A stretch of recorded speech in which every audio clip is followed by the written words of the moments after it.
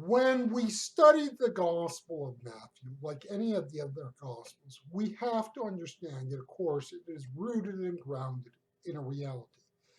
We have to understand that that reality may not be all that familiar to us. The world of the first century. What was life like in the Promised Land? What was life like in the Roman Empire? How did they view the world? How did they see things? You know, well, they are human beings. They're human beings in a very different, as it were, culture, worldview, political view, technologically speaking. And at times there is this gap where we don't realize it, but we cannot fundamentally grasp the world that they're in. And so, one of the things that you try to do in scripture when you study it is to try and reconstruct and that original world that this passage is set in, to try and get a sense of what is actually being said. Because the inherent danger is that when we read scripture, is that we read it in light of our cultural and world experiences. That's not a surprise, and that's not so much a problem. It is a problem if it stops there. So we're going to be looking at Matthew chapter 26 and verse 57. And if we're to understand this passage, we have to, in a sense, step back into the world of that time and the way things were done then. Matthew chapter 26 and verse 57. We are going to be reading out of this New Testament, which is the Knox translation, which I have used a number of times at this point. Matthew chapter 26 and 1 verse 57. And those who had arrested Jesus led him away into the presence of the high priest Caiphas, where the scribes and the elders had assembled. Now, the New Testament and the books therein, the first to be written were the letters of Paul and some of the other epistles.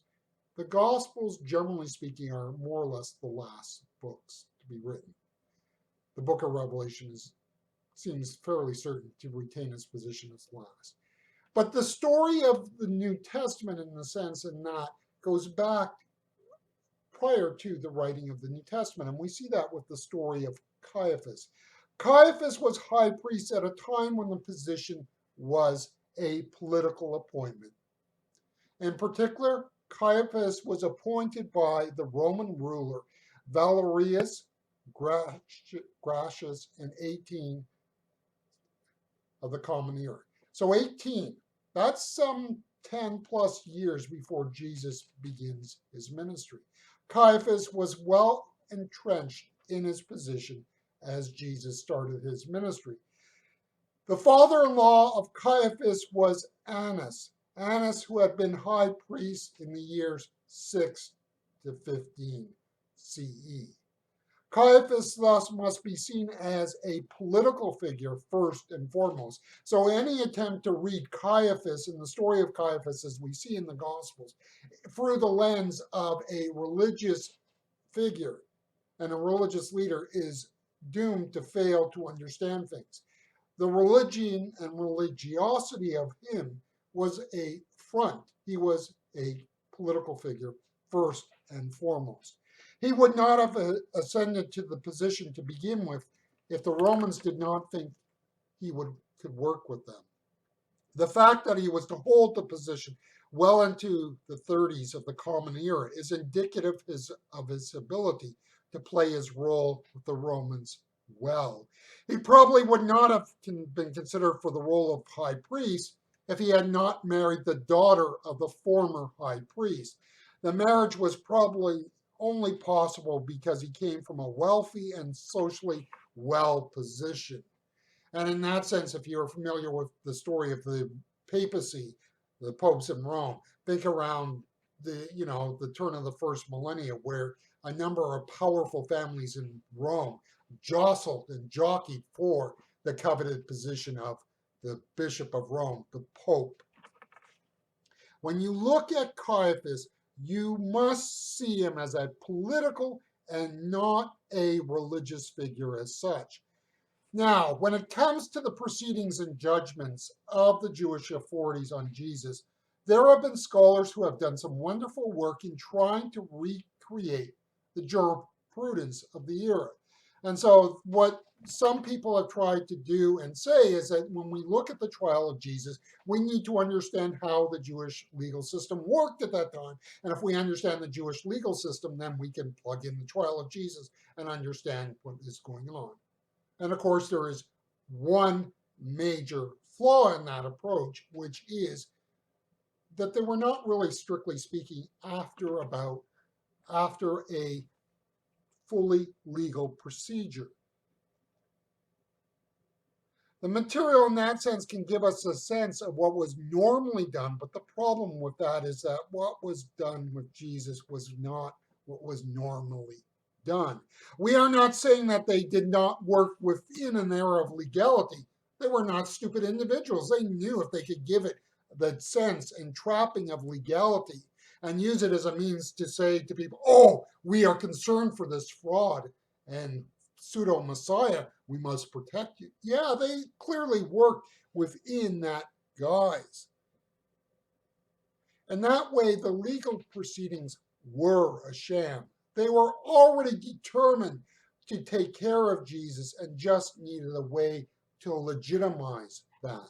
The people who gathered at Caiaphas's place were likely all in agreement on core issues of Jewish faith. We're not likely all in agreement on his core issues of Jewish faith and practice. In this moment in time, the majority were probably more than willing to put aside their differences to focus on a problem common to all. The problem was Jesus. Caiaphas would not have used the council if he were not able to take control and dictate it. And this is where we have to understand that Caiaphas was first and foremost a politician. And so he went into this, we understand how this works. You go into something like this that is significant and important, and you don't go in without, in a sense, controlling how already the outcome is going to be. Yes, various religious leaders have different positions on different issues, but this one issue, they were in agreement. And so it is very likely some people who would have been au contraire to the proceedings were not asked and invited to it. You see, Caiaphas would not have used the council if he were not able to control and dictate it. I think that is a fair assessment, even if I cannot prove it. Caiaphas was a very powerful individual, given his connection to the Roman authorities. This is, of course, in normal times, would have rankled some of the Jewish leaders.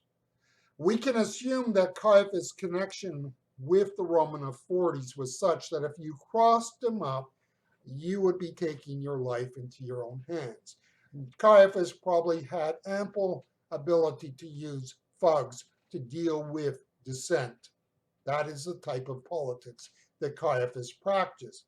Can I prove it? Absolutely not. When you look at Caiaphas, you can probably look to a number of modern totalitarian regimes and get from them a sense of the type of person you are dealing with in Caiaphas. Let's, for example, look in modern examples of the communist states of China and under Mao Zedong, or the Soviet Union under Joseph Stalin. In both those countries and under both those regimes, show trials were never an exercise in judicial fairness. These show trials were in some ways a form of theater and ultimately a form of propaganda. You see, the person on trial was being used in these cases by the state to exert its authority and as a means to call to the nation to conform to acceptable political ideology. Now, obviously, I'm taking a number of cases and generalizing here, but that's basically a true statement. And these trials, the verdicts in show trials, is never in doubt. Caiaphas was doing something that has been done all through history. Jesus goes to trial so that through the trial, the agenda of the high priest can be reinforced in the religious world of that day. That's where Caiaphas exerted his political authority. Do not read the trial of Jesus as an honest attempt to get at the truth.